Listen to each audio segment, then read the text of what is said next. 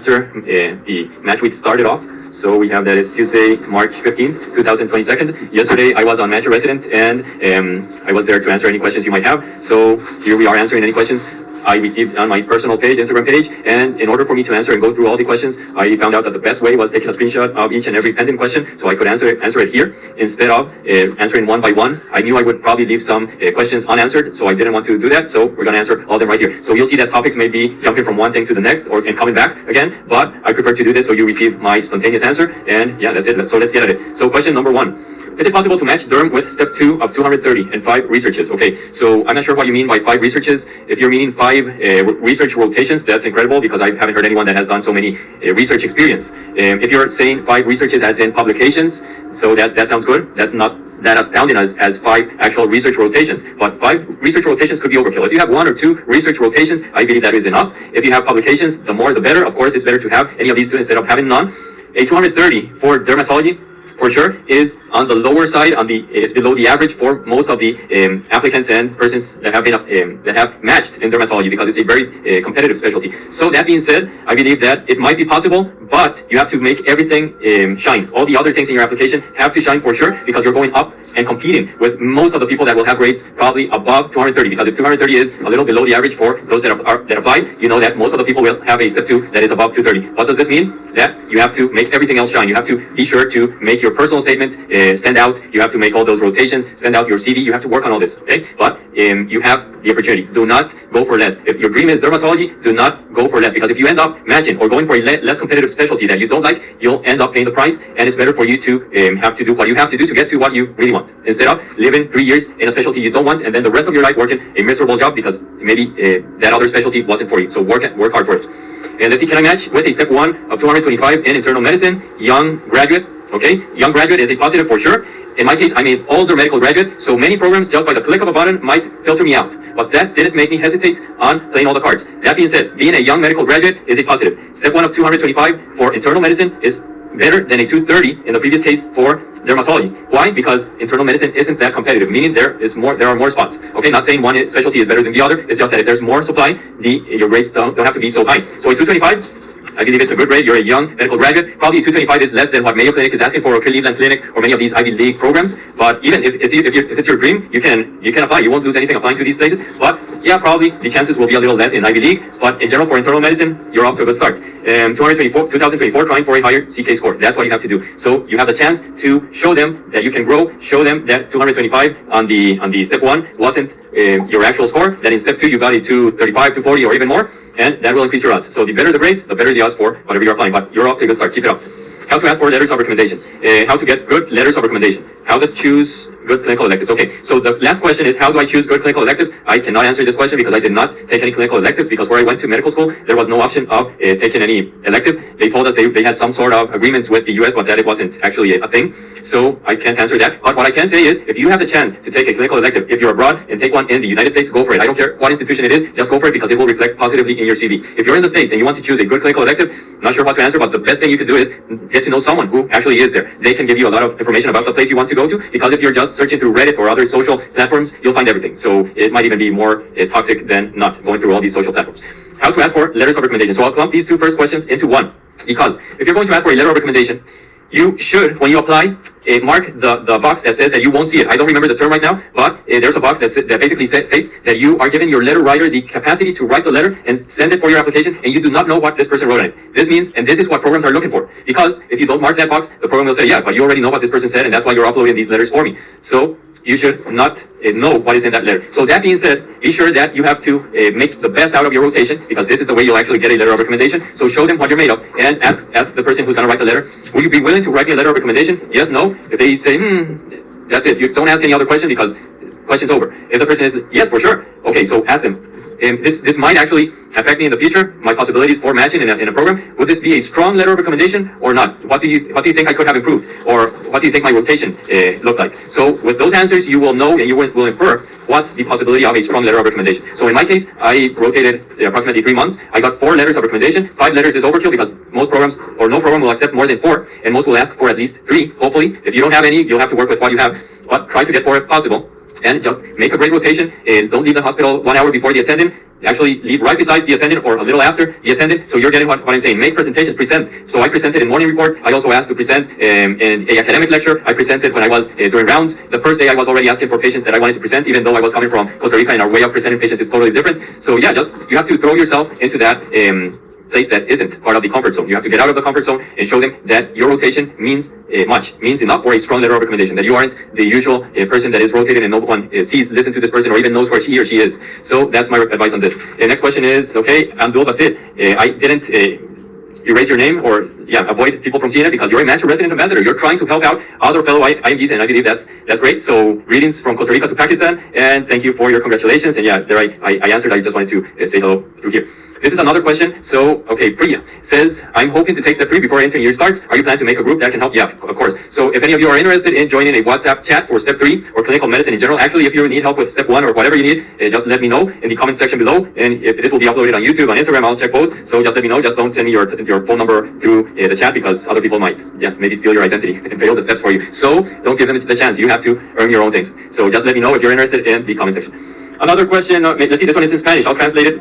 Okay, this person is from Costa Rica as well, studied in Argentina, is now living in New York City. This is globalization right there. You have a lot to bring to the table. You have diversity and you already have several different cultural perspectives you can take to your practice. There are some days that the pressure is too much, and when I read of persons like you, I get inspired. Thank you for sharing a hug from the distance. Okay, so thank you very much for these kind words. And yeah, my story is, there's thousands of stories like mine out there. It's just, as you'll see in the last slide, average skill, phenomenal will. Just get at it and send me a message so we stay in touch. Wish the best to you.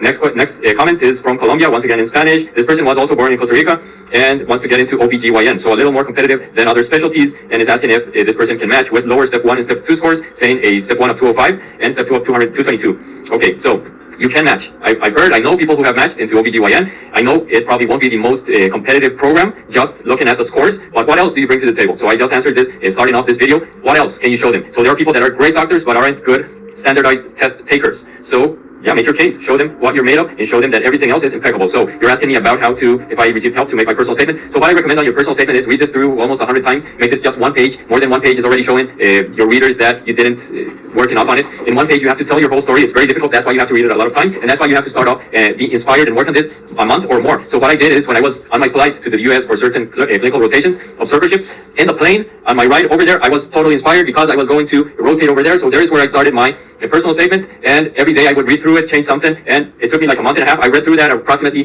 100 times. My wife read it, my parents read it. Yeah, I think my parents read it, my friends read it, and what I wanted to know is, does this represent my own essence? So I had to feel good with it, they had to feel good with it, and they actually told me, hey, but you could add this. This is a characteristic that you have that not many people have. Okay, great. So that's what I would recommend you. You could also use professional services. After you do all this, you can go to a Metro resident, it's called Residency Experts, I believe, and ask them. You can also send me your personal statement, and I'll tell you, this sounds pretty good, or you can work on such and such, and yeah, so we're here for you. Do all you have to do together. So keep in mind the dream. And this next one says, okay, firstly, congratulations. How did I find jobs in the US? Okay, so I got a job initially. I got a job that wasn't medicine related. So when I was in Boston, I got a job in a pharmacy, in Walgreens specialty pharmacy. So I'm also a US citizen. So I am technically a US IMG. And that made everything easier, right? Because I didn't need that visa specifically for me to be able to work over there. If the question is, how am I getting a job as a resident in the US? It's by taking all these steps. So if you're a medical doctor and you want to go work as a doctor in the US, start simple. Start taking step 1, then you'll have to take step 2, and then apply. It's a long process. I can't explain the whole process right here, but if you need more information on the process, send me a message or on the comment section below, and I'll search for any link which summarizes everything you have to do. But do not let all these different steps you have to do make you lose your motivation, right? It's one step at a time. So Lao Tzu said once, a journey of 1,000 miles starts with a single step. And there's another question. Okay, already answered it. And the other one is, congratulations. Thank you for sharing. Okay, yeah. Welcome, you're welcome. So I believe I answered this question or this comment, and you have the same fire within you. You can make things happen, so go for it. Let's see what this one says. What's the scope for people with an attempt in CK? So if you have an attempt in CK, you're probably stating that you failed CK, because if you already passed it once, you won't have another attempt, because the test is made as if you pass it once and that's it. So if you have a failed attempt, you have to know why you failed it. You have to be honest with yourself. For example, I know people that have been in the test and the lights went off, and that eventually became a failed attempt, or you maybe had diarrhea, or it wasn't your day, you had family issues, or you weren't concentrated. You have to own your story, but you have to make a great job on the second attempt. Just be ready to address that failed attempt. And let's see. Okay, thank you for this positive comment. Hopefully I can walk in your footsteps and match in internal medicine. You can do this for sure. And I would be honored to be your mentor. So just send me a message, ask me anything you need. That's the idea. The idea is to help us out. And inertia phase. Now, can you help me out, please? Yeah. So tell me, what's the inertia? Everyone is in inertia. Usually, you are either in the inertia of not doing anything or not moving, or you're already in the inertia of rolling and studying. So I believe this inertia is the one of just staying still, that pre-contemplative phase of studying. So try to get at it as soon as you can. And yeah, I have an opportunity to start residency in my own country. I'd like to know what the impact of doing going to be the ultimate goal despite U.S. residence. Okay. Okay. Your story is very similar to my story because in my case, I did basically the same thing you are stating. So you're going to start residency in your own country, but your ultimate goal is residency in the US. So how is that going to impact? So I would recommend you that if you have the capability and family support and everything to go hard trying to apply to the US, that's the better option of the two. Because if not, it will take you 5 years, 4 years in another place, and you'll probably have to start over in the States. So think it through. That's what I would recommend. I already went through this. Of course, I learned a whole lot, but 5 years probably wasn't necessary for me to apply and match in the States, because when I was in a residency, I couldn't study for the steps because a residency is enough of its own for you to be thinking of other things. So don't think that you will go into a residency in your country and you'll be studying for your exams and doing X and Y and also studying for step 2 and the OET and applying to the States. No, probably won't work out like that. I have to say, you could be an overachiever and everything, but you won't have any sort of quality of life and you won't enjoy studying, probably nothing will stick. So I would recommend you, if you can, go directly to the US because that's your ultimate goal. If you can't and you have to raise money in order to apply and everything, okay, go that other longer route as I did. But whichever you do, just enjoy the journey. This is your story and this is your ride. And I'm going through the same right now. If you happen to match in Florida, I'm happy to help you with anything. Thank you very much. I might be close by, so we'll see shortly, and just stay in touch. You'll probably know soon in a couple of days. And yeah, we're there for you and whatever you need as well. Let's see. Do you think your application has been stronger that you finished your cardio residency? For most programs, it has definitely been a positive, but there are some programs that have actually seen it as negative, but that's like the exception of programs. Most of them have actually seen it as a positive. Why is this? Because if I didn't know how to work myself around this, it would be looked as a negative, because US programs are just seeing that I graduated medicine in 2013 and they're not thinking or contemplating about residencies and all that. But if you know how to mention this in your personal statement and you are confident in your interviews and you show them that you have more to bring to the table, I made that become a positive for sure. So in my case, I made it become a positive. Is it needed? No, it's not needed. So if I were applying without a previous residency, I have no problem, because that's what they actually expect from everyone. So it says here, it freaks me out to not having started a medical career yet. No, don't worry about that yet. I graduated this year. So this is no fundamented truth behind this fear. So it's a fear that has no sort of basis, because you just graduated. I know that when you graduate, you already want to be independent and everything, but that's just your mind playing tricks with you. Cleared step 1, did 1 month rotation at a physician's clinic and shadowed him at a community hospital. There you have letters of recommendation. Don't forget to stay in contact and get those letters before months pass by. Prepare for step 2. Yeah, keep on preparing for step 2, but be sure to already send that message for your letter of recommendation. And you're saying you have an opportunity. Okay, so let's see what happened here. Okay, this is the initial part. Training, and I was considered to spend 3 years to do residency in your country and apply after that. Okay, this is a similar situation to the one I just mentioned. So this is a very similar situation. No, I wouldn't recommend you doing 3 years. If you can go directly, do that instead of going to a residency. If you could say that you are going to your residency in your hometown country and that will help you to match in the States, you could do that, but it won't. In those 3 years, it's too much time. So better try to avoid that. And if possible, if your dream is that you want to live your countries and understand how your healthcare system works and you have to stay in the country, or you have any reason that you have to stay in the country, do so. If not, go for your ultimate goal. And this is a quote I have for you guys. So pause it, read it. I'll read it for you. People with good intentions make promises, but people with good character keep them. This is E.T., the hip-hop preacher. He took me through step 1, basically. I even took one of his shirts, I bought one of his shirts. And yeah, that's it for this video. It's a pretty long video. I'll probably divide it in 2, and see you in the next one.